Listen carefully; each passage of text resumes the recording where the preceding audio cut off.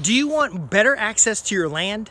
Do you want to be able to connect with nature while navigating across your land without a lot of frustration, a lot of trouble, and a lot of pain in the butt? Anyway, I'm Justin Hitt with Prosperity Homestead, and we're going to talk briefly in today's podcast about trail management. So I think I'm going to put that in the background there. Let's see what we got here. Okay, so that trail goes to a trailhead. Oh, now I dropped the camera, messed it all up. That goes to a trailhead. That trailhead connects, and I'll be right back. I'm going to be right down here where you're going to like and subscribe. That trailhead connects to another set of trails. I think I got about 5 miles of trail at this particular property. And these trails require maintenance. So let's talk about that maintenance, some of the things you need to keep in mind when you're maintaining trails, and how this has influenced my decision to keep goats. Now, I've mentioned intentional thrift on other programs. I am going to simplify my living and kind of go back to nature. This is something that I've been working on for years. It's part of my permaculture lessons, part of my master naturalist investment, and it involves a piece of property, this particular property, that has a trail system. It has multiple paddocks on it. We'll talk why that's important. And then ultimately provides for me an environment for being involved in nature. And that almost looks like a green screen because of the way the light's on my face here. So I'm going to walk back here a little bit to show you what's going on here. We've got the trail edge. Look at this. All right, so we got, I'm in the real woods, okay? I'm not in a costume. This isn't a clown suit. Okay, so the trail edge is opened up from the forest mulcher. If you remember the past programs, there should be some suggestions over here. The forest mulcher came through and cut these trails, which are about 10 to 13 feet wide. Many of them are wide enough for a truck to drive through, which gives us access to the property. They are definitely wide enough for a quad to get through here, and you can see the tracks from quads that come through here periodically. Now, of course, everybody on the property has permission to be here. I'm just pointing out that that's one of the ready access ways to get around the property. The majority of the time, we go around the property on foot, okay? And there's little nooks here and there to camp off the trail. And there's even a hip camp listing that may be in the description below. I'm not really sure because we're changing some of the facility a little bit here. But essentially, you can pack on the trail, hike on the trail, but because the trail is open to sunlight, the sides of the trail are actually going to get overgrown because the sun's getting into the woods. We got airflow, which is great. Sun's going to get into the woods. The plants are going to grow rapidly, and it'll eventually heal the wound of the cut in the woods. Now, we haven't disturbed the soil. We've actually mulched the trees and dropped them. And I don't have a good, I don't want to turn the camera around because I'll mess everything all up again. But there are blueberries growing behind you on the camera. And then there's different native grasses starting to come up. So my objective is to get this trail to grass and then run goats on it. Now, me and my son came through here hiking. We carried equipment and tools. And we trimmed some of the overhanging branches and stuff like that. That's a great thing to do. You can just drop the branches on the ground. But I want to minimize my inputs and maximize my outputs. Now, this is very important. And so how do we do that? Well, there are many paddock systems or rotational grazing systems that are available for small livestock, which include your chickens, not necessarily rabbits, but chickens, goats, sheep, pigs. Now, are there other livestock? Sure, you could have other livestock, but ultimately, these livestock could have, for example, a chicken tractor could move through the woods here. Now, the problem with chickens in the woods is they're also bare. Now, I'm not carrying right now, and if I see a bear walk across the back over there, I know where to go to get back in my truck. But there are bear out here, there's coyotes, there's fox and other things. So chickens may not be the best solution. But chickens are only going to scratch on the ground. And if I want to grow grass up from the ground, then the chickens are not the best idea because they're going to have a lot of soil disturbance. On the other hand, goats will actually reach up the trees, and because we have the trails that are wide enough for both like a quad or a mini truck or a side-by-side and a fence, so we got a 10 to 13 feet wide, we can put up temporary fencing along the edges of the woods going through the trail system, and the interconnected trailheads allows us to outline different paddock areas that are about 1 to 2 acres. I think the biggest paddock is 12 acres, and then there's 2 6-acre paddocks that have some foot trails through the connectors. So what I'm figuring is probably a 1/4 acre for my rotation.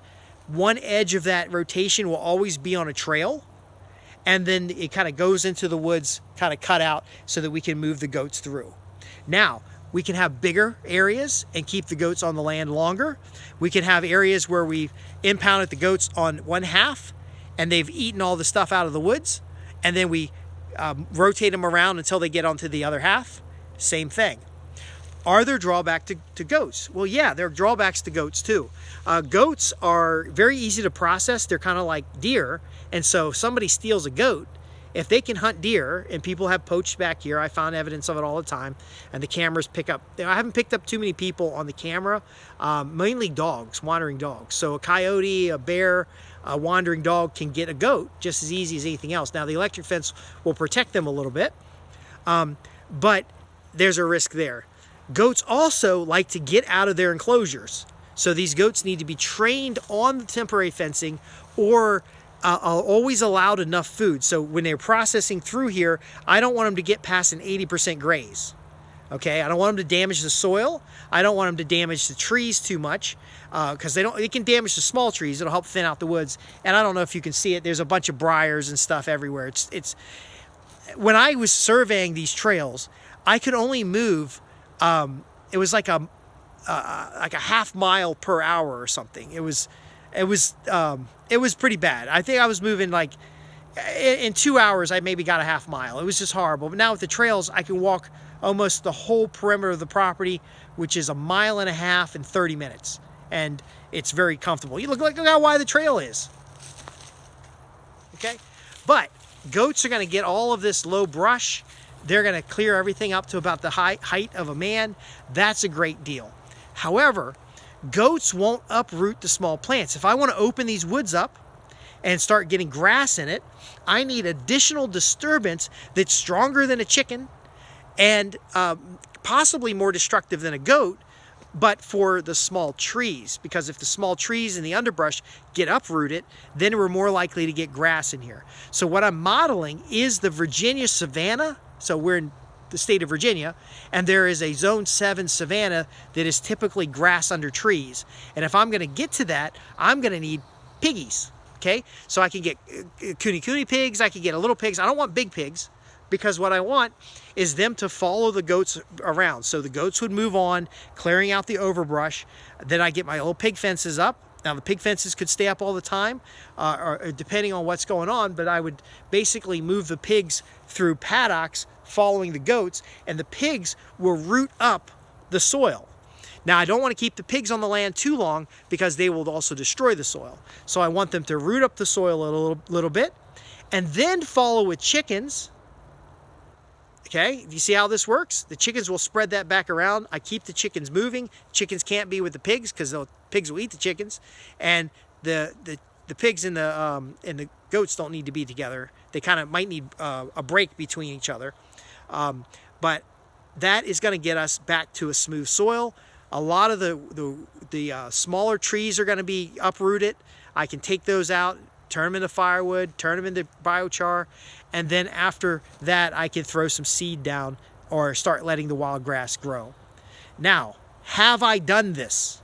No, I'm still building this dream. I'm still building this, but I already have a plan on how it works. Now, will day one I have all of this in place? Well, of course not, because I still need to make sure I have adequate water. I need to make sure that I have adequate shelters. Now, I could pull a shelter on a trailer for the goats along this trail, because we already have 4x4s coming through it, and it's big enough for a truck to come through, except there's a couple crossings that we need to fix up. But do you see my point here? Do you see what we're doing here? We're going to maintain the trail system with animals who can then become meat, or they can become a viable marketable product. We're choosing animals appropriate to the land, okay? Because cows aren't necessarily, cows would use this area, but again, I need a larger perimeter fence. They need more acreage, and the total acreage here is more suited for small animals. But it is a holistic management. So when I talk about prosperity homestead, we're talking about management systems that are holistic and complementary to the land. So I'm not going to do prescribed burns. I'm not going to use herbicides. I had the conservation biologists come through and they pointed out some stuff that needed herbicides. Well, I'm not going to use herbicides. I'm going to impound the animals on the areas that need that kind of destruction for the invasive species that are here. And then areas that have species I want to keep, like the native grasses, I'm going to move the animals through faster. I'm going to make sure that as the trails widen, they widen into an open woods, so that when that sunlight comes through, we can start bringing up grass. And I'm going to start with just 3 goats, because ultimately I want more recovery period than our pressure periods. And so if you'd like to come along on this journey and you'd like to start, seeing this progress, then you want to make sure you like and subscribe. But more importantly, ask your questions at www.prosperityhomestead.org. Go to the contact page and ask about small livestock rotation. A couple more points that you want to consider, because a lot of folks have been asking about food security. They've been asking about additional income from their land. They've been asking about how do you reduce the cost of maintenance. Now, I've shared with you some of these things because goat is good food, pork is good food, but you may not eat pork. Now, you definitely got to, most cultures eat goat. So what would be an alternative to the pork that would root up the land in order to open things up, lift up the rocks and stuff like that, and so you can bring those out? Well, I don't really know, because the nature of a pig is to root up the soil. And so if that's not something you eat, it's not necessarily something you'd want to have as a pet. You're going to start looking at other livestock. Now, for my environment, the pig's best. What if you don't eat goat? Well, there are meat sheep that once this area is thinned out and it's primarily grass, then you can have your meat sheep in. But the meat sheep are not going to be so goats are browsers on the brush and stuff. They don't usually eat off the ground. Sheep, they graze off the ground, so you need the ground cover. So you might have a transitional period where you go goat to pig in order to clear the space out, but you have somebody else manage the pig if for religious reasons you're not going to eat the pig. And you don't necessarily want them as pets. So for religious reasons, you could partner with somebody to run pigs across your land to keep it maintained and to kind of break things up. But you could go to a larger animal. So once your goats have cleared up the woods and you get a chance to get your permanent fence in, then you could go to a miniature cow, you can go to a regular cow, you can go to other animals that are food value. But are a little heavier on the land, a little more disruptive. Do you see how this works? We're not, we trail cleared. We come out here and cut the overhanging branches and clean things up. But that's not something you want to do all the time. So if you have animals in place, they can do a lot of that maintenance for you. And then if you have the proper stocking and loading of animals, you're not going to harm the land. In fact, you're going to pelletize all of this weed. And let me see if I can get you, I'm going to hold this down here. Let me just show you real quick over here. Look at all that bramble and brush, okay? All that bramble and brush over there, you're going to turn it into pellets. The goats are going to eat it. They're going to poop it out on the ground, and you're going to turn it into pellets. And then, if you have pigs come through, the pigs are going to root it up, and then you can seed afterwards, and then they won't get back to this area for another year. And depending on the size of the property, the animals can rotate seasonally, or they can rotate and really not touch the same land until it's absolutely necessary. But again, I want to show you this stuff actually happening, because there's a lot of videos, and of course I have a permaculture design certification, and when we talk about in the different classes in permaculture, we talk about these things, but it really doesn't work. The implementation is more valuable than the investigation. And so once you start doing this, you can see how it works. You can see how we have nice open trails. We have grass coming back naturally. We have low shrubberies and bushes because things are opened up. We have some brambles and things like that, but again, goats can eat that.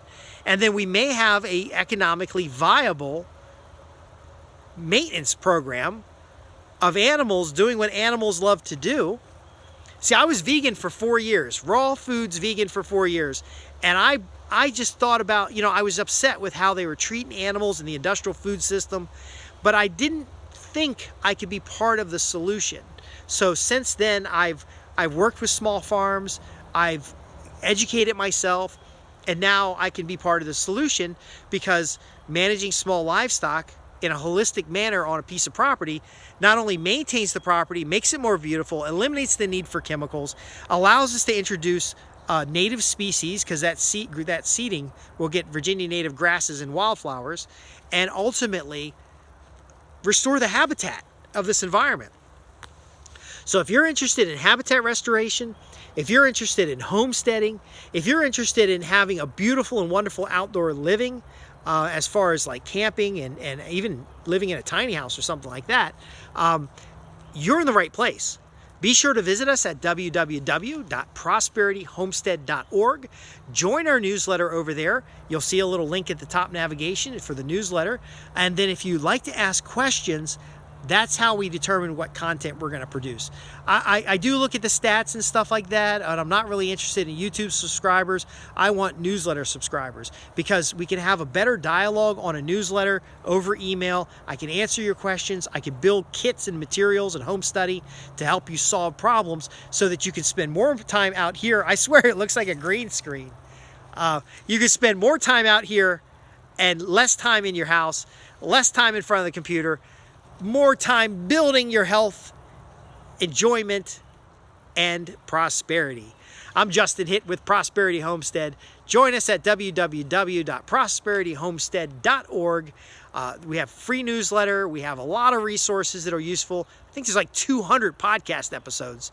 And again, I am recharged every time I hear about your successes. I want to hear about you getting results. I want to see your success happen. I want to see your dream becoming a reality. And it's going to take a little while. We got the trails in place, but again, got to get some fence up. We got to get water in place.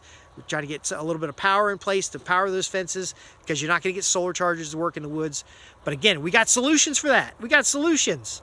If you like to be a part of the solution, if you like to have results, if you like to have the freedom and independence that comes with a little bit different lifestyle, but it is an enjoyable lifestyle, it's a more connective, and you can listen to the bird lifestyle, then join us at the website www.prosperityhomestead.org. Thanks for watching.